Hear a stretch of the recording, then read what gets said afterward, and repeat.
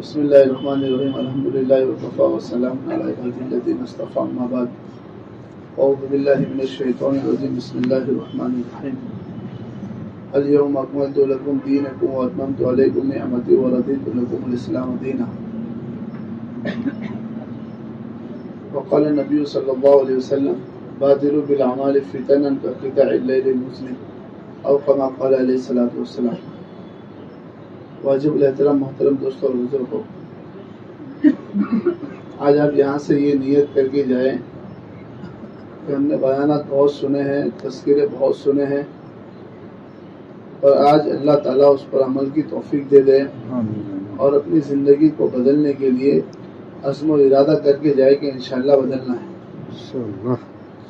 سب سے پہلے تو آپ اللہ کا شکر ادا کیجئے کہ اللہ کا احسان ہے، الحمدللہ پڑھیے، اپنے دل میں، اپنے دماغ میں، اپنی زبان سے لائیے کہ اللہ تعالیٰ نے پوری کائنات میں بسنے والوں انسانوں میں ایک ٹھاٹے مارتا ہوا سمندر ہے انسانوں کا، اس میں سے ہم کو اللہ نے چنا ہے، انتخاب فرمایا ہے، اور انتخاب فرما کر اللہ نے دین اسلام کی نعمت دی ہے۔ دیکھو، آپ کو کسی چیز کی ضرورت پڑتی ہے، آپ اس فیلڈ کے ماہر نہیں ہوتے ہیں، تو آپ اس بندے کے پاس جاتے ہیں جو اس فیلڈ کا ماہر ہوتا ہے اور اس سے مشورہ لیتے ہیں۔ یہ دنیا کا اصول ہے۔ آپ نے پلاٹ لے لیا، ایک زمین لے لی خالی، اس کے اوپر آپ کو گھر بنانا ہے تو ایک آرکیٹیکٹ کو ڈھونڈیں گے کہ اس کو کیسے بنائیں، کیسے گھر کی خوبصورتی لائے۔ ایک آپ نے کپڑا لے لیا، ٹیلر کے پاس جائیں گے، وہ سی کے دے گا۔ تو جو جس فیلڈ کا ماہر ہوتا ہے وہ آپ کو مشورہ دیتا ہے اور آپ اس کے مشورے کو قبول کرتے ہیں۔ یہ بات سب جانتے ہیں۔ پوری کائنات کا بنانے والا اللہ، جس نے پوری دنیا بنائی ہے، پوری دنیا کو سجائی ہے، جس کی حکومت ہے اور پوری قدرت کا مالک وہ ہے، وہ ہم کو مشورہ دے رہا ہے اور وہ مشورہ ہم کو قبول نہیں ہے، اور جن کو قبول ہے تو اس پر اللہ کا شکر ادا کریں۔ اللہ تعالیٰ یہ فرما رہے ان الدین عند اللہ اسلام، کہ سب سے پسندیدہ اگر کوئی مذہب ہے تو وہ کیا ہے؟ اسلام ہے۔ وَمَن يَبْتَغِ غَيْرَ الْإِسْلَامَ دِينًا فَلَن يُقْبَلَ مِنْهُ، دین اسلام کے علاوہ اگر کوئی تم دین میرے پاس لے کر آؤ گے، اللہ فرماتے میں اس کو قبول کرنے والا۔ کون مشورہ دے رہا ہے؟ اللہ مشورہ دے رہا ہے۔ اب اللہ کا مشورہ کیسا مشورہ ہوگا؟ اور اس کو چھوڑ کر ہم لوگ کسی اور دین کو اپنائیں تو آدمی کامیاب ہوگا؟ ہو ہی نہیں سکتا ہے، ڈیفینیٹلی نہیں ہو سکتا۔ اليوم اکملت لکم دینکم واتممت علیکم نعمتی ورضیت لکم الاسلام دینا۔ ساری نعمتیں مکمل کرنے کے بعد اللہ یہ فرماتے میں تمہارے لیے اس بات پر راضی ہوں کہ میں نے تم کو اسلام دیا ہوں۔ هو سماکم المسلمین، اور تمہارا نام مسلمان رکھا ہے۔ یہ کوئی معمولی نعمت نہیں ہے اسلام کی، بہت بارہا سنتے ہوں گے ممبر سے کہ اللہ کا شکر مانو، اللہ نے ایمان دیا، اسلام دیا، پر حقیقت پر اس کو سوچو وَلَا تَمُوتُنَّ إِلَّا وَأَنْتُمْ مُسْلِمُونَ۔ زندگی گزارتے گزارتے ایسا نہ ہو جائے کہ تم یہود اور نصارہ ہو کر مرو۔ اللہ فرماتے، ریکویسٹ کرتے، مفتی ذکی صاحب فرماتے اس آیت میں اللہ کا درد ہے، ایک غم ہے۔ جیسے ایک باپ اپنے بیٹے کو نصیحت کرتا ہے، ایک ماں اپنے بیٹے کو نصیحت کرتی ہے اور کہتے بیٹا ایسا نہیں کرنا، نقصان ہوگا، اس راستے پہ مت چلنا، اس راستے پر بے وفائی ہے۔ جیسا ایک باپ اور ایک ماں اپنے بچے کو محبت سے نصیحت کرتے ہیں، اللہ اپنے بندوں کو نصیحت کرنا ہے وَلَا تَمُوتُنَّ إِلَّا وَأَنْتُمْ مُسْلِمُونَ کا زندگی کی لہو لعب میں اور زندگی کی بھاگم دوڑ میں کہ یہ ایسا نہ ہو جائے کہ اسلام سے ہاتھ دھو بیٹھو اور تم یہود اور نصارہ ہو کر مرو۔ اللہ کہہ رہا ہے اگر تمہاری موت آئے تو مسلمان ہو کر مرنا۔ یہ آسان نہیں ہے، یہ بہت بڑی بات ہے۔ جنازے کی دعا سیکھے نا، جنازے کی دعا آتی ہے نا، الحمدللہ تبلیغ میں نکل کر اللہ نے یہ ساری چیزیں سکھائی ہے۔ چلتا پھرتا مدرسہ اللہ بنایا، اللہم اغفر لحینا ومیتنا وشاہدنا وغائبنا وصغیرنا وکبیرنا وذکرنا وانثانا، اور آگے کیا پڑھتے؟ اللہم من احییتہ منا فاحیہ الاسلام ومن توفیتہ منا۔ اللہ زندگی دے تو اسلام والی دے، اور اگر موت دے تو کیسی دے؟ علماء نے لکھا نماز کے بعد بھی اس دعا کو مانگو۔ ہم صرف جنازے کی نماز میں پڑھتے، بڑی بات ہے۔ اللہ زندگی دے تو اسلام والی دے اور موت دے تو کیسی دے؟ ایمان والی۔ یہ بخارا اور تاشکند وغیرہ ایریے کے نام معلوم ہے؟ بخارا، تاشکند، جہاں بڑے بڑے علماء پیدا ہوئے۔ محمد ذوالفقار صاحب اپنا سفر نامے میں لکھتے ہیں کہ تاشکند گئے, جمعہ کا بیان کیا, 2 نوجوان آئے, کہا حضرت میرے گھر پہ چلیے, ہماری والدہ سے ملاقات کریے, ہماری والدہ آپ کو بلا رہے. اور وہ مولانا کہہ رہے کہ یار تمہاری والدہ سے میں کیا ملوں, کیا فائدہ ہے. امیر تاشکند نے کہا کہ حضرت آپ ان کی والدہ سے ملاقات کریے, چلیے, کیا خاصیت ہے, کیوں ملنا ہے. کہ ان کی عمر اس وقت 90 سال یا 95 سال کی عمر ہے, 95 سال کی عمر ہے تقریباً. یہ وہ عورت ہے جس نے اپنی عین جوانی کی عمر میں, 20 سال کی عمر میں, جس وقت ہمارے پر یہ حالات آئے, یہ بخارا, سمرگنج, یہ جتنے علاقے تھے بڑے بڑے محدث جہاں پیدا ہوئے, ایسے زبردست حالات آئے. ناستک لوگ, کمیونزم والے لوگ, دہریے لوگ, یہ لوگ آئے اور یہ مسلط ہو گئے. مسلط ہونے کے بعد اسلام کا نام لینا جرم عظیم. مسلمان اپنا نام مسلمان نہیں بتا سکتا. اذان سے, مسجدوں کے میناروں سے اذان کی آوازیں نہیں آ سکتی. اگر پتہ چل گیا یہ مسلمان ہے, قرآن پڑھتا ہے, اسے ذبح کر دیا جاتا تھا. وہاں لوگوں نے اپنے ایمان کی جو حفاظت کی نا, اس لیے کہتے قدر کر لے, ورنہ اللہ تعالیٰ کسی کا محتاج نہیں ہے. جو اللہ دینے پر قادر ہے نا, وہ اللہ چھیننے پر بھی قادر ہے. لئن شکرتم لازیدنکم ولئن کفرتم ان عذابی لشدید. جو اللہ دینے پر قادر ہے وہ اللہ چھیننے پر بھی قادر ہے. داستان پڑھے ان کی, چھوٹے چھوٹے بچوں کو لے کر جاتے تھے کہ ان کی ایمان کی حفاظت ہو جائے, ان کے سینوں کے اندر قرآن محفوظ ہو جائے, کہ ایسا نہ ہو جائے کہ ان کے ظلم و ستم کی وجہ سے ساری نسلوں سے دین ختم ہو جائے. تو کیسی فکر کرتے تھے, ایک مصنوعی لاش لے کے جاتے, مصنوعی لاش یعنی جنازہ لے کر جاتے تھے, اس میں کوئی جنازہ نہیں ہوتا تھا, ڈپلیکیٹ کسی کو سلا دیتے تھے, اور قبرستان میں لے جا کر یہ بچے لوگ ساتھ میں ہوتے تھے اور ایک تھوڑا سا مجمع ہوتا تھا کہ یہ دفن کرنے جا رہے. 2 آدمی قبرستان کے گیٹ پر کھڑے ہو جاتے تھے اور ایک قبر کھودی ہوئی ہوتی تھی, اور ایک آدمی قبر میں اترتا تھا اور سارے بچے قبر میں اترتے تھے, اور ہاتھ کے اشاروں سے قرآن سکھایا جاتا تھا. کیونکہ قرآن کا سیکھنا اور پڑھنے پڑھانا جرم تھا. آپ نام نہیں لے سکتے. 80,000 مسجدوں کے تالے لگ گئے تھے, چاروں طرف قتل عام ہوا تھا مسلمانوں کا. اتنی زبردست داستانیں پڑھیے, کبھی انشاءاللہ معلوم ہوگی. وہاں لوگوں نے حفاظت کیسی کی, قبر میں اترتے قرآن کو پڑھا اور سیکھا. آج الحمدللہ مسجدیں بھی کھولی, قرآن کے حافظ بھی بنے, اور علماء بھی پیدا ہوئے, اور دین کی وہی رونقیں شروع ہوئی ہے. مگر محنت کتنی کرنی پڑی. اللہ نے ہماری حفاظت کی ہے. پھر بھی موبائل میں قرآن پڑھتے, ڈیجیٹل بن گئے ہم تو. قرآن رکھا ہوا اس کے باوجود بھی, اور پھر دلیل دیتے. علماء کرام نے کہا جائز ہے, ہر جائز کام کرنے کا ہوتا ہے. مٹی کھانا جائز ہے تو کھاتا ہے کوئی بندہ. قدر کریے اس نعمت کی اللہ تعالیٰ نے جو ہم کو عطا فرمائی ہے. کیسی قدر کی ہوگی اور کیسے حالات آئے ہوں گے. کہا یہ وہ جو بوڑھی عورت ہے نا, اپنی عین جوانی کی عمر میں, جس وقت اس کی عمر 19 سے 20 سال کی تھی, اور یہاں پر جب کمیونزم والے لوگ آئے, دہریے لوگ آئے, ناستک لوگ آئے کہ خدا کا کوئی تصور نہیں ہے اور خدا کوئی نہیں ہے, بس دنیا ایسی بنی ہے, یہ ماننے والے لوگ جب آئے اور مسلمانوں کا قتل عام ہوا, تو یہ وہ نوجوان لڑکی ہے جو اس وقت بوڑھی ہے, اس نے اپنی جوانی کی عمر میں اللہ کے دین کو فروغ دینے کے لیے اور دعوت کے میدان میں اترنے کے لیے اس نے وہ ساری محنت کی ہے جو ایک مرد کرتا ہے, اللہ نے اس لڑکی سے کروائی ہے. لوگ سمجھاتے تھے کہ یہ ہماری حکومت نہیں ہے, یہ ناستک لوگ ہیں, تیری عزتوں کی دھجیاں اڑ جائے گی, تیری عصمت اور عفت کی دامن کو یہ لوگ تار تار کریں گے اور تیری عزت کے ساتھ کھلواڑ کریں گے. لوگ سمجھاتے تھے. مگر یہ لڑکی کیا کہتی تھی, اللہ وہ جذبات ہمارے اندر دے دے. وہ لڑکی یوں کہتی تھی, میں اس نبی کی روحانی بیٹی ہوں جس نبی کو یہ آفر دیا گیا تھا کہ محمد صلی اللہ علیہ وسلم یہ کیا لگا کے رکھا ہے 360 بتوں کی آپ نفی کرتے ہو, اور ایک وحدہ لا شریک کے سامنے جھکنے کی بات کرتے ہو, اور کہتے ہو کہ پیشانی جھکے گی تو صرف اللہ کے سامنے, اور اعلان کر دیا قل یا ایھا الکافرون لا اعبد ما تعبدون, جس کی تم عبادت کرتے ہو نا میں اس کی عبادت نہیں کر سکتا, تم کرو جس کی عبادت کرتے ہو, اور میں تو رب کریم کی ہی عبادت کروں گا. اس لڑکی نے کہا کہ میں اس نبی کی روحانی بیٹی ہوں جس نبی کو یہ آفر دیا گیا تھا کہ محمد صلی اللہ علیہ وسلم آپ یہ چھوڑ دیجئے, اگر آپ یہ چاہتے ہیں کہ جزیرت العرب کی ساری دولتیں آپ کے سامنے رکھ دے, ہم لا کے رکھ دیں گے, اور پورے جزیرت العرب کی دولت آپ کو دے دیں گے. اگر آپ یوں چاہتے ہیں کہ جزیرت العرب کی دوشیزاؤں سے آپ کا نکاح ہو, ہم خوبصورت سے خوبصورت دوشیزائیں آپ کے نکاح میں لا کے رکھ دیں گے.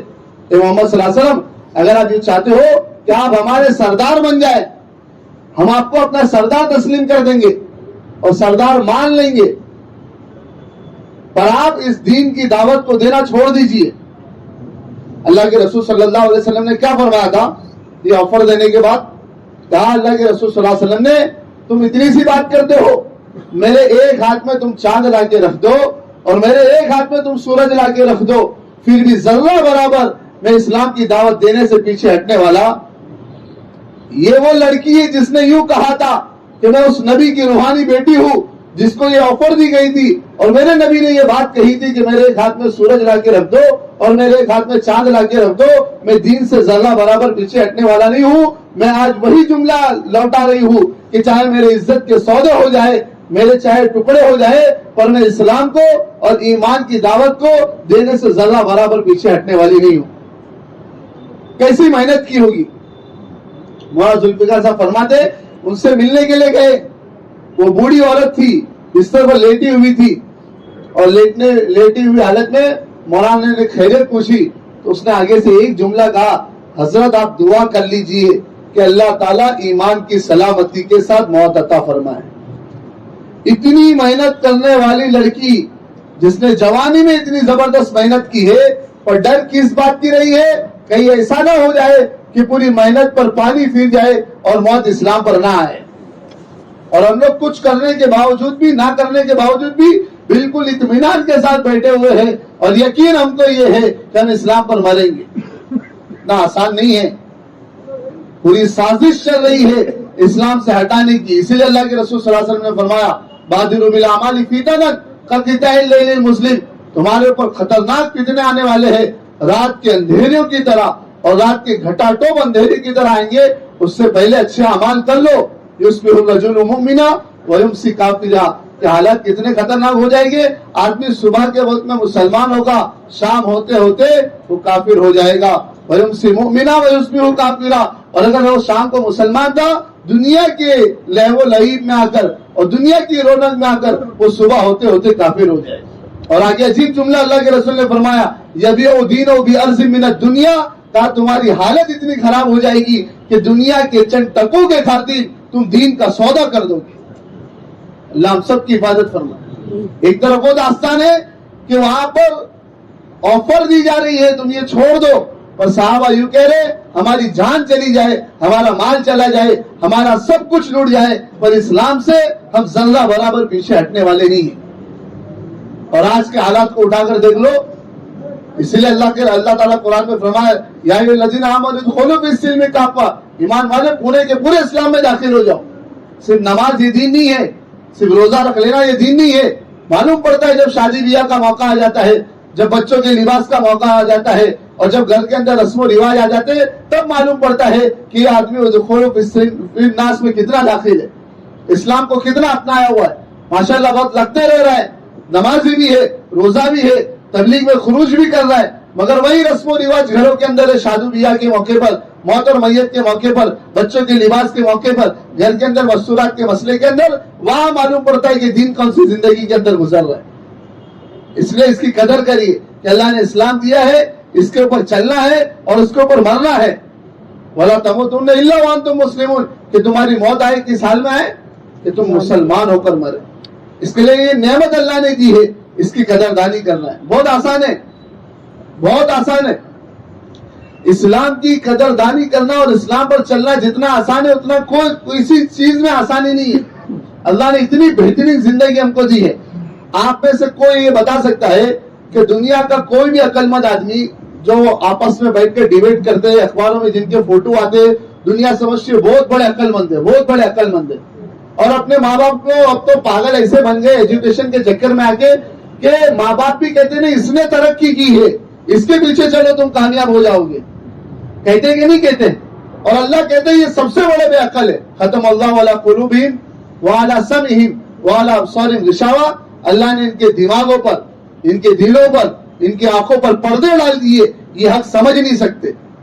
صبح میں اٹھ کر نہ نفع دینے والا نہ نقصان دینے والا ایسے رب کی عبادت کر کے لوگ نکلتے ہیں، اور تم ایسے رب کی عبادت کرتے ہو جس نے پوری کائنات کو بنایا ہے، اور تمہاری پیشانی ایسے رب کے سامنے جھکتی ہے جو تم کو روزی دیتا ہے اور زندگی موت جس کے ہاتھوں میں ہے۔ دنیا ہم کو بے عقل سمجھتی ہے، اللہ کی نظر میں ہم سب سے بڑے عقل مند ہے، اور اللہ کے نزدیک میں وہ بے عقل ہے جو ایمان سے کوڑا ہے اور جس کے پاس اسلام نہیں ہے۔ اور آپ اٹھا کر دیکھیے ان کی زندگی، سورج کو سوریہ نمسکار کیوں کرنا کہ یہ روشنی دیتا ہے، ہم کہتے ہیں کہ اس کی کیوں پوجا کرے، اس کا روشنی دینے والا جو رب ہے ہم تو اس کی عبادت کریں۔ اللہ نے وہ عقل ہمارے دی۔ ہمارے چھوٹے سے بچے سے کہو یہ جھاڑ تم کو نفع دے گا، ہمارا بچہ بھی کہے گا یہ نکلنے والا جھاڑ نفع نہیں دے سکتا، بہتی ہوئی ندیوں سے ہم منتیں نہیں مانگ سکتے، نفع اور نقصان کے مالک صرف اور صرف ایک اللہ ہے۔ اور یہ بچپن سے ہمارے کانوں میں ڈالا گیا ہے، اللہ اکبر کی صدا سے اور تکبیر کی صداؤں سے ایک ایک خون میں یہ بات ڈالی گئی ہے کہ اگر پوری کائنات کا بنانے والا اگر کوئی زبردست طاقتور ہے تو وہ صرف اللہ ہے۔ علماء سے پوچھو اذان کے شروع میں 4 مرتبہ اللہ اکبر کیوں کہا گیا، اور آخر میں 2 مرتبہ اللہ اکبر کیوں کہا گیا، 6 مرتبہ بولتے 8 مرتبہ بولتے کیوں کہا گیا 4 مرتبہ؟ سمت 4 ہے، مشرق مغرب شمال جنوب، کہ چاروں سمت والوں کو مؤذن یہ اعلان کر کے رہے مشرق والوں تم بھی سنو، شمال والوں تم بھی سنو، جنوب والوں تم بھی سنو، چاروں سمتوں میں اعلان کر کے کہہ رہا ہے کہ اللہ ہی سب سے بڑا ہے۔ اور آخر میں 2 مرتبہ کہ زمین کی مخلوق تم بھی سنو اور آسمان پہ رہنے والی مخلوق تم سنو، اللہ ہی سب سے بڑا ہے۔ یہ ہمارا پکا عقیدہ ہے، اس کے اندر کوئی کمپرومائز نہیں ہو سکتی ہے، چاہے کچھ بھی ہو جائے، ہماری جان چلی جائے، ہمارا مال لوٹ جائے، پر اسلام کا سودا یہ نہیں ہو سکتا۔ اللہ نے بڑی عجیب نعمت دی، اب زندگی اٹھا کر دیکھیے، اسی اسلام کے لیے صحابہ کرام نے اپنا جان لگایا، اپنا مال لگایا، اپنی وقت لگایا، اپنی صلاحیتیں لگائی۔ اسی لیے اسلام پر قدردانی کیا ہے؟ مولانا الیاس صاحب رحمۃ اللہ علیہ فرماتے تھے 4 چیزوں کو آپ لگا دیجئے اسلام پر، اسلام کی قدردانی ہو جائے گی اور اللہ موت بھی اسلام پر دے گا۔ اپنے جان کو، اپنے مال کو اور اپنے وقت کو اور اپنی صلاحیتوں کو کس پہ لگانا ہے؟ اگر دین پہ نہیں لگا ہے تو یہ تمہارا جان مال وقت اور صلاحیت اگر دین پہ نہیں لگا تو دنیا پہ ڈیفینیٹلی لگے گا اور وہ کام آنے والا۔ اور اگر یہ چاروں چیزیں اگر دین پر لگی ہے تو اللہ تعالیٰ چمکائے گا اور ہیرا بنائے گا۔ اسی لیے یہ جو تبلیغ کی محنت ہے نا، سادی محنت ہے، نہ کوئی ویب سائٹ ہے ہماری، نہ ٹی وی پر بیٹھ کر ہم کبھی ڈیبیٹ کرتے ہیں، نہ اخباروں میں کوئی ہمارے کوئی ڈیٹیلز آتے ہیں، سیدھی سادی محنت ہے۔ مولانا الیاس صاحب رحمۃ اللہ علیہ فرماتے تھے یہ تو لوگوں نے نام رکھ دیا اس کا تبلیغ کا، ورنہ تو اگر مجھے پوچھا جائے تو میں اس کا نام رکھتا تحریک ایمان، ایمان کو جھنجھوڑ دینے والی، ایمان کو ہلا دینے والی، ایمان میں حرکت پیدا کرنے والی۔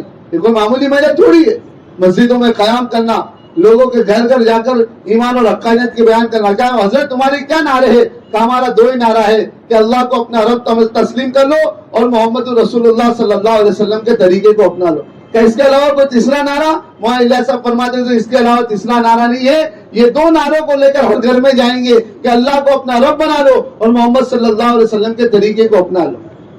اس کے لیے کیا کرنا پڑے گا؟ 4 چیزوں کو دین پہ لگانا پڑے گا، اللہ نکھارے گا اور اللہ دین کا کام ہم سے لے گا۔ 4 چیزیں کیا ہے؟ اپنا جان، اپنا مال، اپنا وقت، اپنی صلاحیتیں۔ اگر ان 4 چیزوں کو دین پر لگائے نا تو اللہ تعالیٰ دین کا کام ڈیفینیٹلی ہم سے لے گا، یہ یقینی بات ہے۔ باطل مذہب والوں نے اتنی محنت کی ہے کہ ان کو معلوم ہے، اور یہ میں نہیں کہہ رہا ہوں، اللہ قرآن میں کہہ رہا ہے وَدَّ كَثِيرٌ مِّنْ أَهْلِ الْكِتَابِ لَوْ يَرُدُّوكُم مِّن بَعْدِ إِيمَانِكُمْ كُفَّارًا حَسَدًا مِّنْ عِندِ أَنفُسِهِمْ مِّن بَعْدِ مَا تَبَيَّنَ لَهُمُ الْحَقُّ۔ یہ معلوم ہے ان کو کہ دین اسلام حق ہے، غیروں کو معلوم ہے کہ اللہ حق ہے، جنت حق ہے، جہنم حق ہے، پل صراط حق ہے۔ معلوم ہونے کے باوجود بھی یہ کوشش کرتے ہیں کہ تم دین سے کیسے پھر جاؤ اور اسلام سے کیسے پھر جاؤ۔ کیوں؟ ان کو کیا ملے گا؟ حسد من عند انفسہم، ان کو حسد ہے تمہارے ساتھ۔ کس بات کا حسد ہے؟ یہ حسد اس بات کا ہے کہ جو محمد رسول اللہ صلی اللہ علیہ وسلم جو اسلام لے کر آئے ہیں، جو کلچر لے کر آئے ہیں، جو تہذیب لے کر آئے، آپ اس کلچر کو، آپ اس تہذیب کو چھوڑ کر ہمارے کلچر کو اپنا لو، ہماری تہذیب کو اپنا لو۔ یہ اس محنت میں لگے ہوئے من بعد ما تبین لهم الحق، یہ بات یقینی ہے، ان کو معلوم ہے کہ اسلام حق ہے، اس کے باوجود بھی اور اس سارے محنتوں میں لگے ہوئے. آج صبح میں ہماری جماعت کے ساتھیوں سے میں کارگزاری بتا رہا تھا. جب 2014 میں ہمارا سال لگا اس وقت کارگزاری آئی. افریقہ کے کسی علاقے میں گجرات کی جماعت گئی تھی. وہ جماعت نے وہاں پر کہا کہ ہم پیدل چلیں گے. ایک گاؤں میں پہنچے. ایک بہت بڑا چبوترا ہوتا ہے، بہت بڑا گاؤں پیڑ ہوتا ہے نا، سارے گاؤں کے لوگ وہاں جمع ہوتے. وہاں پر جماعت نے اپنا بستر وغیرہ رکھا. سارے کالے بچے دوڑتے دوڑتے آ گئے، کالی عورتیں آ گئی، کالے مرد آ گئے. ایک پکا گھر تھا جس میں سے ایک گورا اور ایک گوری باہر آئے اور آنے کے بعد کہا تم جماعت والے ہو؟ ان کو معلوم ہے، ساری چیزیں معلوم. کہا ہم جماعت والے. اوہو بہت دیر کر دی آنے میں تم لوگوں نے. کہا 10 سال سے ہم لوگ یہاں پر محنت کر رہے. کتنے سال سے؟ 10 سال سے ہم لوگ محنت کر رہے. یہ ایک گاؤں نہیں، ایسے اطراف میں 90 گاؤں تھے. ہم نے وہ سارے 90 گاؤں جو مسلمانوں کے تھے، ہم نے ان سب کو پھیر کر عیسائی بنا دیا. اور پھر تانا مارا کہ جو ہم اپنے دین کے لیے جو تبلیغ کر سکتے نا، وہ تو تم بھی نہیں کر سکتے. ایک کالے کلیڈو بچے کو جس کے ناک میں سے گندگی بہ رہی تھی، اس کو اس لڑکی نے اٹھایا اور اس کی گندگی کو اپنے ہاتھوں سے صاف کیا اور اپنی ٹی شرٹ پہ پہنچا. کہا ہم اپنے دین کے لیے جس حد تک بھی گرنا پڑے اس حد تک گریں گے. کیا تم اپنے دین کی تبلیغ کے لیے کر سکتے ہو؟ یہ تانے مارے. جماعت والوں نے ہمت کی، رونا دھونا کیا، ان کی باتوں کو دل پر نہیں لیا. امیر صاحب نے لوگوں کو عزم اور ہمت دلائی اور پھر محنت کی. کارگزاری آئی تھی. ہمارے آنکھوں نے، ہمارے کانوں نے یہ کارگزاری سنی ہے. اتنی زبردست اس 4 مہینے میں محنت کی ہے، اس لیے کہ جاء الحق وظہر الباطل ان الباطل کان زہوقا. جب حق آتا ہے تو باطل کو جانا ہی پڑتا ہے. یریدون لیطفئوا نور اللہ. یہ لوگ چاہتے ہیں کہ اللہ کے نور کو اور اللہ کے دین کو مٹا دے. واللہ متم نورہ ولو کری الکافرون. اللہ اپنا دین کو مکمل کر کے رہے گا. میرے اور آپ کا کیا لگا اس کے لیے رونا رونا ہے؟ وہ جماعت نے کیا کارگزاری دی کہ الحمدللہ اس 4 مہینے میں انہوں نے زبردست محنت کی. اتنی زبردست محنت کی کہ ان کی 10 سال کی محنت پر پانی پھیر دیا اور اس 90 گاؤں کو واپس اللہ نے مسلمان بنا دیا. آمین. کیسی زبردست محنت کی ہوگی. اللہ وہ کام ہم سے بھی لے سکتا ہے. اس لیے وہاں سید احمد خان صاحب مولانا مکی رحمۃ اللہ علیہ، آپ ارادہ کر کے جائیں. دیکھو بیانات بہت سنتے ہیں، آپ ارادہ کر کے جائیں کہ نہیں ہم کو بدلنا ہے انشاءاللہ اور کچھ کرنا ہے. ہم کو اپنے آپ کو لگانا ہے اللہ کے دین کے پیچھے. وہاں سید احمد خان صاحب مولانا مکی رحمۃ اللہ علیہ فرماتے تھے جب اللہ کے رسول صلی اللہ علیہ وسلم کو اوجڑی ڈالی گئی، معلوم ہوگا سب کو، وہ اوجڑی ہٹائی گئی. غالباً حضرت فاطمہ یا حضرت زینب، یہ اللہ کے رسول کی بیٹی تھی، دونوں میں سے کوئی تھی، ایک لوٹے میں پانی لے کر آئی اور لے کر آنے کے بعد آپ صلی اللہ علیہ وسلم کا منہ صاف کرنے لگی اور رو رہی تھی. اللہ کے رسول صلی اللہ علیہ وسلم فرمایا بیٹا کیوں روتی ہو؟ کہا اللہ کے رسول صلی اللہ علیہ وسلم ابا جان یہ تکلیفیں کب تک برداشت کرتے رہو گے؟ جانے دو، ان کے حال پہ چھوڑ دو. تو اللہ کے رسول صلی اللہ علیہ وسلم نے ایک جملہ فرمایا یوں سر پر ہاتھ رکھ کر، کہا بیٹا تو ایک دن دیکھے گی کہ تیرے باپ کا لایا ہوا کلمہ ہر کچے پکے گھر میں جا کر رہے گا. یہ جملہ کس نے فرمایا؟ اللہ کے رسول نے. بیٹا تو ایک دن دیکھے گی کہ تیرے باپ کا لایا ہوا کلمہ ہر کچے پکے گھر کے اندر جا کر رہے گا. جو عزت کے ساتھ آیا اسے عزت کے ساتھ لایا جائے گا، ورنہ ذلیل ہو کر بھی آنا پڑے گا. یہ طے شدہ بات ہے. اسلام کے جھنڈے تلے آنا طے ہے اور اللہ اپنے نور کو مکمل کرے گا، یہ طے ہے. اللہ کے رسول نے فرما دیا یہ بات پکی ہے. آسمان زمین بن جائے، زمین آسمان بن جائے، یہ پاسبل ہے، مان سکتے ہیں. اور محمد رسول اللہ صلی اللہ علیہ وسلم کی بات میں ذرہ برابر جھوٹ ہو ہم اس کو مان ہی نہیں سکتے. وہاں سید احمد خان صاحب معاہر مکی رحمۃ اللہ علیہ فرماتے تھے ہم کو یقین ہے کہ اللہ کے رسول نے فرما دیا کہ ہر کچے پکے گھر میں جائے گا، یہ بات طے ہے. ہم سب کو یہ دعا کرنی ہے کہ اللہ جب تو یہ کلمہ ہر کسی کے گھر میں پہنچائے گا، کوئی نہ کوئی تو ذریعہ اللہ تیرے نزدیک ہوگا، اس پہنچانے کے لیے مولا مجھے اور آپ کو اللہ استعمال کر دے. یہ اللہ سے دعا کرنا ہے کہ اللہ اس کو پہنچانے کے لیے ہمیں استعمال کر دے، ہمیں خادم بنا دے اور اللہ ہم سے کام لے لے تاکہ اللہ تعالیٰ ہم سے راضی ہو جائے. اور وہ کام اللہ نے مولانا الیاس صاحب رحمۃ اللہ علیہ سے لیا. ایک لکنت زبان جو زیادہ بول نہیں سکتے تھے مگر درد اور غم اور فکر اتنی تھی, کوڑن اتنی تھی, اور اپنا سب کچھ اتنا لگایا تھا. 256 ممالک میں تبلیغ کا کام شروع ہو رہا ہے. ایک لاغر آدمی کی محنت کی وجہ سے, ایک کمزور آدمی کی محنت کی وجہ سے, پر وہ درد تھا, وہ غم تھا, اللہ نے اس سے کام لے لیا. وہ کام اللہ ہم سے بھی لے سکتا ہے. اور کیسا درد تھا, کیسا غم تھا, علماء سے پوچھیے آپ. جلسہ تھا, بیان کیا, اور پھر کہا 4 مہینے لکھاؤ, تو سارے لوگ کھڑے ہو گئے. مفتی کفایت اللہ صاحب بیٹھے تھے, مائک ہاتھ میں لیا, کہا میں قسم کھا کر کہتا ہوں مجھے مولانا الیاس کی ایک بات سمجھ میں نہیں آئی ہے. تم کیا سمجھے ہو کہ 4 مہینہ لگانے کھڑے ہو گئے؟ کیونکہ زبان میں لکنت تھی, اردو بھی بہت ہارڈ بولتے تھے. ملفوظات پڑھیں گے معلوم پڑے گا آپ کو. تو وہ میواتیوں نے کہا کہ ہم کو بھی نہیں معلوم ہے کہ حضرت نے کیا کہا, پر اگر ہم نے 4 مہینہ نہیں لکھایا اور نہیں گئے تو یہ رو رو کر اپنی جان دے دے گا. ان کے غم اور ان کی فکر کی وجہ سے ہم اللہ کے راستے میں جا رہے. ایسا غم اللہ ہم سب کو نصیب فرما دے. رات کو سوتے نہیں تھے, جاگتے تھے. بیوی بولتے تھے سو جاؤ سو جاؤ, تو بیوی کو ایک شعر پڑھتے تھے, کسی کی شب وصل سو کر کٹے, کسی کی شب ہجر جاگ کر کٹے, الہی یہ کیسی شب ہے نہ سو کر کٹے نہ جاگ کر کٹے. کیسی غم. اور کہتے تھے اگر یہ جو غم اور یہ جو فکر ہے نا, اگر تیرے اندر آ جائے تو جاگنے والا ایک نہیں بلکہ کتنے ہو جائے, تو اللہ وہ غم ہم سب کو نصیب فرما دے. اللہ ایک کمزور آدمی سے پوری دنیا کے اندر انقلاب برپا کر سکتا ہے, اور 256 ممالک کے اندر تبلیغ کا کام شروع کر سکتا ہے. کیا وہ اللہ میرے اور آپ سے کام نہیں لے سکتا؟ مگر اندر کی کوڑن اور اندر کے جذبات کو صحیح کرنا پڑے گا. اس کے لیے سمپل ہے, اپنی 4 چیزوں کو اللہ کے دین کے اوپر لگانا پڑے گا. اپنے جان کو, اپنے مال کو, اور اپنے وقت کو, اور اپنی صلاحیت کو. اور ہم تو وہ جان لگا بھی نہیں سکتے, اللہ معاف کرے, ہم تو وہ لگا بھی نہیں سکتے. جو لگا کر گئے نا, ہم تو ان کے گھوڑوں کے دھول کے برابر بھی نہیں ہو سکتے. جو انہوں نے جو لگایا نا, ہم تو وہ کر بھی نہیں سکتے. یہ تصور میں بھی نہیں آتا. اسی لیے حضرت علی رضی اللہ تعالیٰ عنہ منبر پر کھڑے ہوئے. کہا آپ کو بتا سکتا ہے کہ سب سے بڑا بہادر کون تھا؟ ہے تو صحابہ میں لکھا ہے. تو سب نے فرمایا حضرت آپ ہی ہوں گے خیبر کا جس نے دروازہ اکھاڑ دیا اور اس کو ڈھال بنا کے لڑنے لگے, اس سے بڑا بہادر کون ہوگا؟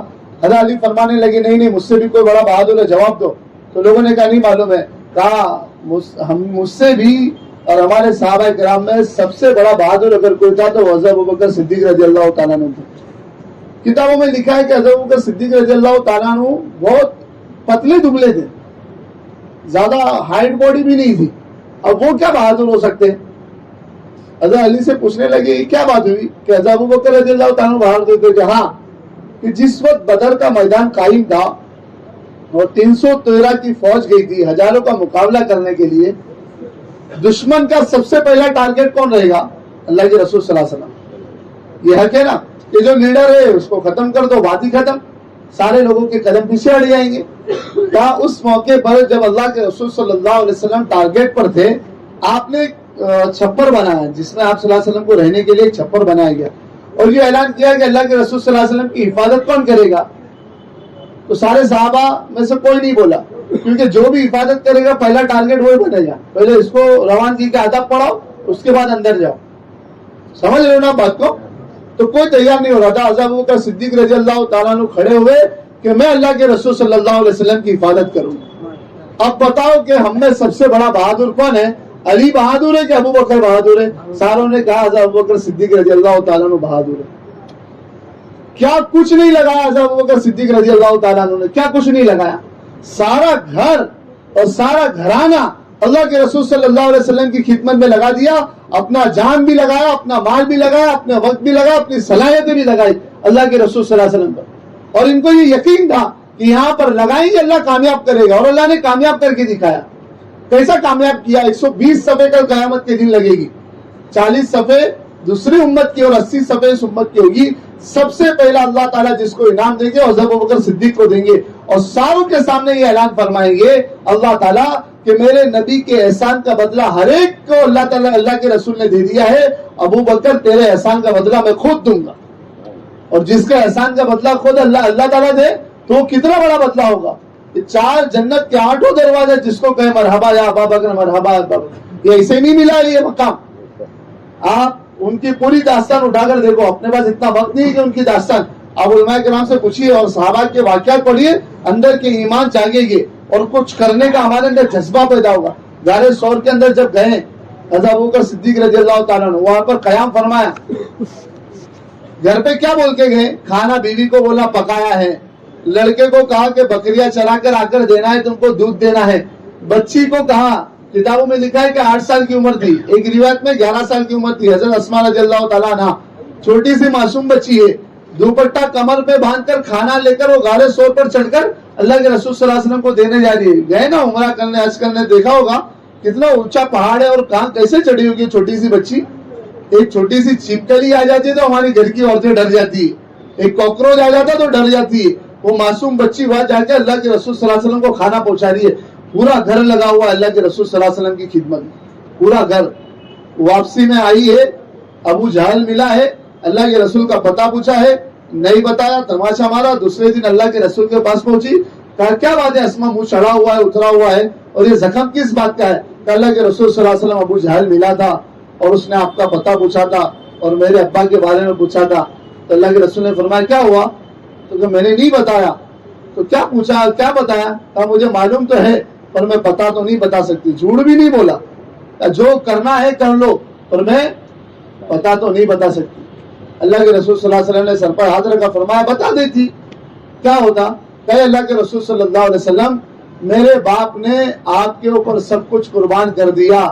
اگر میں نے آپ کا پتہ بتا کر دشمن کے حوالے کر دیا ہوتا, آنے والی نسلیں یوں کہتی ابو بکر نے تو سب کچھ قربان کر دیا پر اولاد نے اللہ کے رسول کا سودا کر دیا.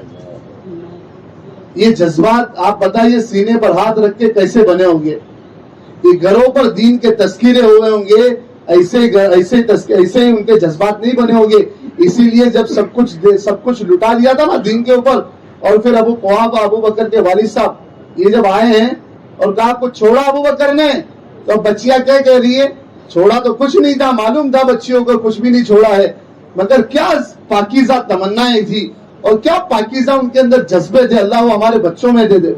یوں کہہ رہے کہ نہیں ابا نے کچھ چھوڑا ہے, اور ایک کنکریوں کے اوپر کپڑا ڈھانک دیا اور ہاتھ پھرا دیا کہ یہ کچھ درہم چھوڑے ہیں حضرت ابوبکر صدیق رضی اللہ تعالیٰ عنہ نے. حالانکہ وہ درہم نہیں تھے, حقیقت میں کیا تھی؟ کچھ نہیں چھوڑا ہے, مگر بچیوں نے اپنے دادا کو تسلی کے لیے, وہ نابینا تھے, کہا نہیں یہ کچھ درہم چھوڑے ہیں, آپ بے فکر رہیے, یہ ہمارے لیے حضرت ابوبکر انتظام کر کے گئے تھے. یہ ہو سکتا ہے ہمارے گھروں کے اندر؟ یہ تذکرے ہمارے گھروں کے اندر نہیں ہو رہے تو یہ کیسے ہوگا؟ ہمارے بچے, ہماری اولادیں, ہماری عورتیں حضرت سمیہ جیسی بن سکتی ہے جن کو یہ کہا گیا اگر تم چھوڑ دو گے اسلام کو ہم تمہیں چھوڑ دیں گے, اور اگر اسلام کو اپنائیں گے ہم تمہیں کاٹ دیں گے. اور کیا ہوا؟ برچھا مار کر ان کو دونوں طرف سے ذبح کر دیا گیا, مگر چھوڑا انہوں نے اسلام کو؟ سب کچھ اپنا لگا دیا, سب کچھ لگا دیا. اللہ وہ جذبات ہمارے اندر پیدا کر دے.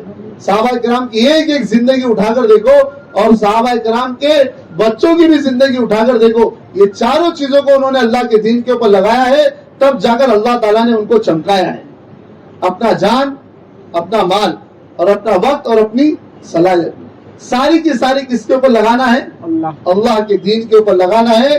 جس طرح صحابہ کو یقین تھا ان چاروں چیزوں کو لگانے پر اللہ چمکائے گا, یہ بات یقینی ہے. جس طرح سورج روشنی دیتا ہے یقینی ہے, اور چاند کے اندر ٹھنڈک ہے وہ یقینی ہے کہ ان جو چاروں چیزوں کو جو اللہ کے دین کے اوپر لگائے گا اللہ اس کو چمکا کر رہے گا. اللہ دنیا میں بھی چمکائے گا اور آخرت میں بھی چمکائے گا. ورنہ حبشہ سے آنے والے کالے کلوٹے جن کے ہونٹ موٹے, جو اپنی خود کی آپ بیتی بیان کرتے ہیں کہ ایک وقت وہ تھا کہ کعبۃ اللہ کا کوئی طواف کرنے نہیں دیتا تھا, آج اسلام کے دامن پہ آ کر اور محمد رسول اللہ صلی اللہ علیہ وسلم کو اپنا ساتھی بنا کر اللہ نے وہ عظمت دی حضرت بلال رضی اللہ تعالیٰ عنہ کو کہ فتح مکہ کے موقع پر 10,000 مسلمانوں کی فوج تھی, بڑے بڑے کبار صحابہ موجود تھے, ان ساروں کی موجودگی میں اللہ تعالیٰ کے رسول صلی اللہ علیہ وسلم نے یوں کہا بلال رضی اللہ تعالیٰ عنہ کعبۃ اللہ کی چھت کے اوپر چڑھ کر اعلان کرو اور اللہ کی وحدانیت کا اعلان کرو. حضرت بلال کے آنکھوں میں آنسو آ گئے. ایک زمانہ وہ تھا کہ مجھے لوگ کعبۃ اللہ کا طواف کرنے نہیں دیا جاتا تھا, آج اسلام نے وہ عزت دی ہے اور محمد رسول اللہ صلی اللہ علیہ وسلم کے طریقے پر چلنے نے وہ عزت دی ہے کہ آج اللہ نے کعبۃ اللہ کی چھت کے اوپر چڑھا دی. وہ کام اللہ ہم سے بھی لے سکتا ہے, مگر ضرورت ہے کہ ان چاروں چیزوں کو اللہ کے دین کے اوپر لگائے. اور ہم تو وہ لگا بھی نہیں سکتے جو محبت صحابہ کرام کو اللہ کے رسول صلی اللہ علیہ وسلم کے ساتھ تھی. علماء نے لکھا ہے کہ غزوہ احد کے موقع پر شروع میں فتح ہوئی، معلوم ہے نا، اس کے بعد شکست ہوئی. اور کیسی شکست ہوئی کہ اللہ کے رسول صلی اللہ علیہ وسلم کو بھی بڑی تکلیف پہنچ گئی، حتیٰ کہ آپ کے گال مبارک میں بھی وہ کڑیا، جو ٹوپی پہنے تھے وہ کڑیا بھی گھس گئی تھی. وہ غزوہ احد کا ایک ایک جزو پڑھنے لائق ہے اور سمجھنے لائق ہے، اس میں بہت سارے سبق ہمارے لیے ہے. وہ اللہ کے رسول صلی اللہ علیہ وسلم کی وہ کڑیا گھس گئی ہے تو حضرت ابو بکر صدیق رضی اللہ تعالیٰ عنہ آگے بڑھے. میں کہنا کچھ اور چاہ رہا تھا، بعد میں یہ بات یاد آ گئی. حضرت ابو بکر آگے بڑھے، کہا میں اس کڑیوں کو نکالوں. ابو عبیدہ ابن جراح رضی اللہ تعالیٰ عنہ نے قسم دے کر کہا ابو بکر تم نے ہمیشہ دین کے کام میں سبقت کی ہے، یہ کام میں کروں گا. ہاتھ سے نکالنے کے لیے وہ آگے بڑھے تو کہا، دل میں سوچا کہ ہاتھ سے نکالوں گا تو حضور کو تکلیف ہوگی، تو اپنے دانت کو حضور کے گال کے قریب کر کر اس کڑی کو نکالا اور جیسی وہ کڑی نکلی آگے کا دانت کیا ہو گیا، ٹوٹ گیا. دوسری کڑی کو بھی اسی طرح نکالا اور وہ دانت ٹوٹ گیا. حضرت ابوبکر صدیق رضی اللہ تعالیٰ عنہ فرماتے جس کے آگے کے دو دانت نہیں ہوتے نا وہ بدصورت دکھتا ہے. ہماری مجلس میں ابو عبیدہ ابن جراح بیٹھتے تھے اور جب وہ کلام کرتے تھے اور مسکراتے تھے اس کے ان دو دانتوں کے درمیان سے ایسا نور چمکتا تھا کہ ہمیں سب سے زیادہ خوبصورت ابو عبیدہ دکھائی دیتے.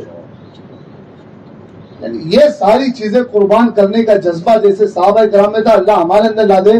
وہ غزوہ احد کے اندر شروع میں فتح ہوئی، اس کے بعد شکست ہوئی تھی. خالد ابن ولید کا پورا واقعہ ہے اور لمبا چوڑا ہے. کہنے کا مقصد یہ کہ صحابہ کرام پیچھے ہٹتے ہٹتے ہٹتے ہمراہ الاسد تک پہنچ گئے تھے. مدینے میں عورتوں کو معلوم پڑا کہ نعوذ باللہ اللہ کے رسول صلی اللہ علیہ وسلم کو شہید کر دیا گیا ہے اور مسلمانوں کے قدم اکھڑ گئے ہیں اور یہ پیچھے بھاگ رہے. عورتیں باہر آئی اور باہر آنے کے بعد یہ تذکرہ کیا ہم جائیں گے، ہماری جان چلی جائے پر ہم اللہ کے رسول صلی اللہ علیہ وسلم کی حفاظت کریں گے. یہ کون کہہ رہی ہے؟ عورتیں کہہ رہی ہیں. یہ عورتیں چلتی ہوئی ہمراہ الاسد تک آئی اور وہ صحابہ پیچھے ہٹتے ہٹتے ہمراہ الاسد تک آئے. ان کی ملاقات ہو گئی. کسی کا باپ تھا، کسی کا بھائی تھا، کسی کا شوہر تھا، کسی کا بیٹا تھا. کتابوں میں لکھا ہے کہ ان عورتوں نے اپنے اپنے محرموں کے گریبان کو پکڑا اور یوں کہا آج کے بعد تم ہمارے بھائی نہیں ہو، آج کے بعد تم ہمارے شوہر نہیں ہو اور آج کے بعد تم ہمارے باپ نہیں ہو. اگر اللہ کے رسول صلی اللہ علیہ وسلم کو ذرہ برابر بھی کچھ ہوا اور آپ مدینے میں واپس آئے ہم موت تک آپ کے ساتھ میں بات نہیں کریں گے. صحابہ فرماتے ہیں ہماری عورتوں نے جب یہ ہم کو للکارا ہم واپس لوٹے ہیں اور اللہ تعالیٰ نے اس احد کے میدان کو شکست کو فتح میں تبدیل کی کہ وہ عورتوں کے تمنا اور پاکیزہ ان کے جذبات تھے جس کی وجہ سے اللہ تعالیٰ نے احد کے میدان کی شکست کو بھی فتح میں تبدیل کر دیا. آج یہ ہماری عورتوں کے اندر یہ لگانے کا وہ جذبہ ہی نہیں ہے، لگانے کے وہ تذکرے گھروں میں نہیں ہوئے. اس لیے بچے بھی اولادیں بھی اللہ کے راستے میں نکلنے کے لیے سب سے پہلی رکاوٹ بنتی ہے. ان کے سامنے داستانیں سنائے ان کو معلوم ہوگا اور وہ جو جذبات لے کر اٹھیں گے نا اور پھر وہ جذبات کے ساتھ میں جو آپ کی تشکیل کرے گے اور آپ جب ان جذبات کے ساتھ میں نکلیں گے اللہ آپ کے ساتھ میں دین کا کام لے گا. اب ان کو بتائیے تو صحیح کہ 70 صحابہ ایک وقت میں شہید ہوئے. مولانا یوسف صاحب رحمۃ اللہ علیہ فرماتے تھے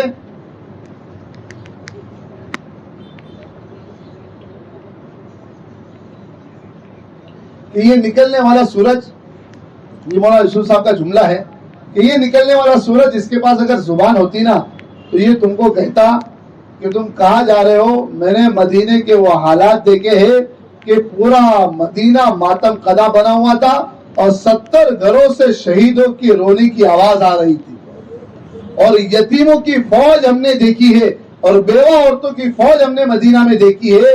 جب احد کے میدان سے سارے لوگ لوٹ رہے تھے اور سب کچھ اللہ کے دین کے اوپر قربان کر کے آئے تھے، 70 بڑے صحابہ شہید ہوئے تھے.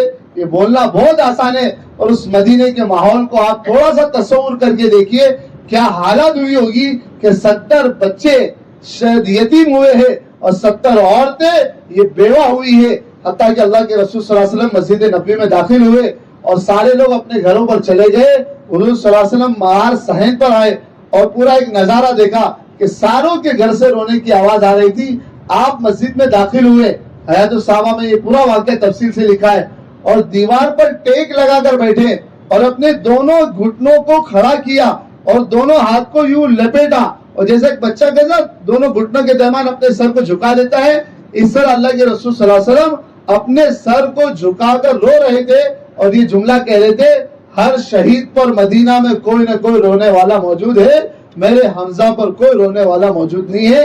یہ جملہ کہہ رہے تھے اور ابو عبیدہ ابن جراح نے یہ جملہ سن لیا. صحن مسجد نبوی کے باہر آئے حضرت ابو عبیدہ ابن جراح اور آ کر یہ اعلان کہا کہ مدینے کی عورتوں، تم اپنے شہداء پر رو رہے ہو، یا اللہ کے رسول صلی اللہ علیہ وسلم کے چچا پر رونے والا کوئی نہیں ہے، آؤ سب مل کر ہم اللہ کے رسول صلی اللہ علیہ وسلم کے چچا پر روئے. وہ عورتیں آئی ہے اور اللہ کے رسول صلی اللہ علیہ وسلم کے چچا پر وہ نوحہ کی ہے. اس کے بعد سے رونا وغیرہ پھر منع کر دیا گیا شریعت کے اندر، پھر نوحہ کو منع کر دیا کہ میت پر اتنا زیادہ رونا دھونا نہیں ہے. کہنے کا مطلب یہ ہے کہ کیا کچھ نہیں ہوا. مولانا یوسف صاحب رحمۃ اللہ علیہ فرماتے تھے یہ نکلنے والے سورج کے پاس اگر زبان ہوتی وہ کہتا کہ ہم نے وہ منظر دیکھے ہے کہ وہاں پر 70 عورتیں بیوہ ہوئی تھی اور یتیموں کی پوری فوج مدینے کے اندر موجود تھی، انہوں نے سب کچھ اللہ کے دین کے اوپر لگا دیا، ساری چیزیں لگا دیا، تب جا کر اللہ تعالیٰ نے ان کو چمکایا ہے. اور کیسا چمکایا ہے؟ میرے اور آپ کو یہ حکم دے دیا گیا، ایک ادنا صحابی کی بھی اگر تم نے تم نے اقتدا کر لی، اللہ تم کو نجات دے دے گا، اللہ تم کو کامیاب کر دے گا. اس کے لیے ارادہ کرے کہ ہمارا جان اور ہمارا وقت اور صلاحیتیں اس کو دنیا کے اوپر نہیں لگائیں گے، بلکہ کس کے اوپر لگائیں گے؟ دین کے اوپر لگائیں گے انشاءاللہ. اللہ ہم کو لگانے کی توفیق عطا فرمائے. اللہ کے رسول صلی اللہ علیہ وسلم نے صحابہ کرام کو اس بنیاد پر کھڑا فرمایا تھا، اور اللہ کے رسول صلی اللہ علیہ وسلم کے صحابہ نے وہ ساری چیزیں اللہ کے دین کے اوپر لگائی تھی. یہ ہم سب کو بتا دیا. حضرت ابوبکر صدیق نے پورا مال لگایا، اگر کسی میں استطاعت ہے تو پورا مال لگائے. حضرت ابوبکر نے بتایا اگر پورا مال لگانے کی استطاعت نہیں ہے تو اپنا آدھا مال لگائے، مگر افضل درجہ کیا ہے؟ پورا مال لگائے. دی ہوئی کس کی امانت ہے؟ اللہ کی امانت ہے. اور یہ اگر اللہ کی امانت اللہ کے پاس جائے گی تو اللہ قبول کرے گا اس کو. مولانا یوسف صاحب رحمۃ اللہ علیہ، حافظ احمد پٹیل کا نام سنا ہے؟ مقصد زندگی کتاب ہے نا، وہ حافظ احمد پٹیل صاحب نے لکھی ہے. لندن کے اندر ان کو امیر بنا کے نکالا تھا اور ان کو کہا کہ تم وہاں پر کام کرو. کام کرتے رہے. اس کے بعد پھر جب مکہ کے اندر ان کی ملاقات ہوئی حج کے موقع پر تو فرمانے لگے، مولانا یوسف صاحب نے ان کو کہا کہ کیا حال ہے؟ کہ حضرت محنت کر کر کے تھک گیا ہوں پر نتیجہ کوئی سامنے آتا نہیں ہے، کوئی اپنا جان مال وقت اور صلاحیت کو اللہ کے دین کے اوپر لگانے کے لیے کوئی تیار نہیں ہے. مولانا یوسف صاحب رحمۃ اللہ علیہ نے فرمایا عیسائیوں نے، یہودیوں نے اپنی مقدس کتابوں پر قسم ہاتھ رکھ کر قسم کھائی ہے اور یہ کہا ہے کہ ہم مکہ اور مدینے کے ماحول کو لندن اور پیرس کا ماحول بنا کر رکھیں گے. اور یہ قسم کھا کر وہ محنت کے لیے نکل گئے ہیں. عابد احمد صاحب تم بھی آؤ، میں بھی آتا ہوں، اور ہم کعبۃ اللہ کے سامنے قرآن پر ہاتھ رکھ کر قسم کھاتے ہیں کہ ہم لندن اور پیرس کے ماحول کو مکہ اور مدینہ کا ماحول بنا دیں گے. مولانا یوسف صاحب نے ان کو یہ جملہ کہہ کر ان کے اندر وہ ہمت عطا فرمائی اور قسمیں کھائی ہمارے اکابروں نے، اور وہ نکل گئے. الحمدللہ انہوں نے جو دین کا کام کیا ان کے ذریعے سے اجلالی رونق جو دکھائی دے رہی ہے وہ انہی کی برکت ہے، انہی کی قربانیاں ہیں کہ آج ہم لوگ یہاں بیٹھے ہوئے اور دین کی باتیں سن رہے. ہم بھی اپنے قسمیں کھائے اللہ کے سامنے کہ اللہ تعالیٰ وہ دین کا کام ہم بھی لے، اور ہم بھی اپنے گھر کے ماحول کو اور اطراف کے ماحول کو، اپنے پڑوسیوں کے ماحول کو، اور پورے ملک میں اور پوری دنیا کے اندر اللہ کے دین کے لیے جائیں گے اور اپنا جان اور اپنا مال اور اپنا وقت اور صلاحیت کو جیسے صحابہ کرام نے لگایا ہم بھی لگائیں گے. نیت کرتے ہیں انشاءاللہ. اس کے علاوہ آرام سے ارادہ کریے، آپ بتائیے انشاءاللہ. کوئی زور زبردستی نہیں ہے کہ اپنا جان اور مال اور وقت اور صلاحیت کو اللہ کے دین کے لیے 4 مہینے کے لیے کون کون تیار ہے جلدی سے بتا دیجیے، اس کے بعد دعا کر لیتے ہیں. بسم اللہ الرحمن الرحیم. یا رب لك الحمد كما ينبغي لجلال وجهك وعظيم سلطانك. یا رب صل وسلم دائما ابدا على حبيبك خير خلق كلهم. ربنا آتنا في الدنيا حسنة وفي الآخرة حسنة وقنا عذاب النار. یا اللہ آپ بڑی عظمت والے ہیں، بڑی شان والے ہیں، بڑی قدرت والے ہیں، بڑی کبریائی والے ہیں، بڑی ربوبیت والے ہیں. اللہ بادشاہوں کے بادشاہ ہے، کریموں کے کریم ہے، سخیوں کے سخی ہے، داتاؤں کے داتا ہے. اے کریموں کے کریم اللہ، اے رحیموں کے رحیم اللہ، اے معاف کرنے والے اللہ، ہم سب کو معاف فرما دے. ہمارے گناہوں کو یا اللہ دھو دیجئے. ہم سب کے گناہوں کو معاف فرما دیجئے. رات کے اندھیروں میں دن کے اجالوں میں جان کر انجان کر مخلوق کو راضی کر کے اللہ جو آپ کو ناراض کیا ہے تو سارے گناہوں کو مولا معاف کر دیجئے.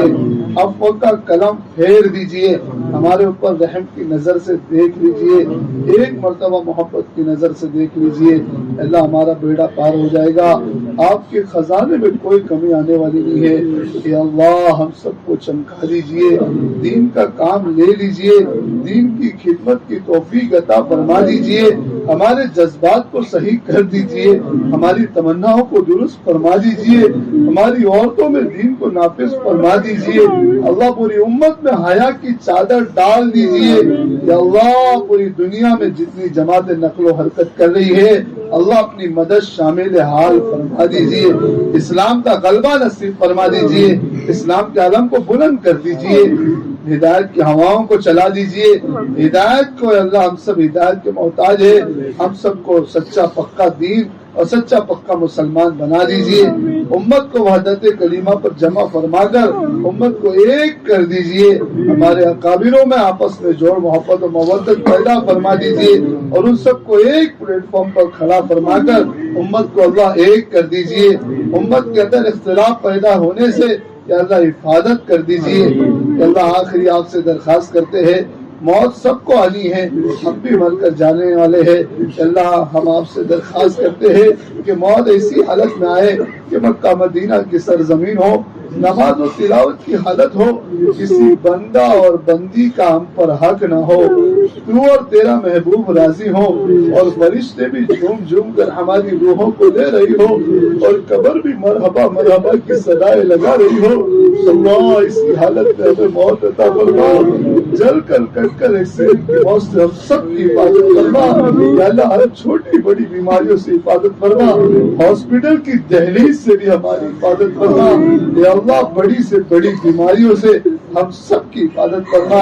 ہمارے اندر طاقت عطا فرما, ہمت عطا فرما.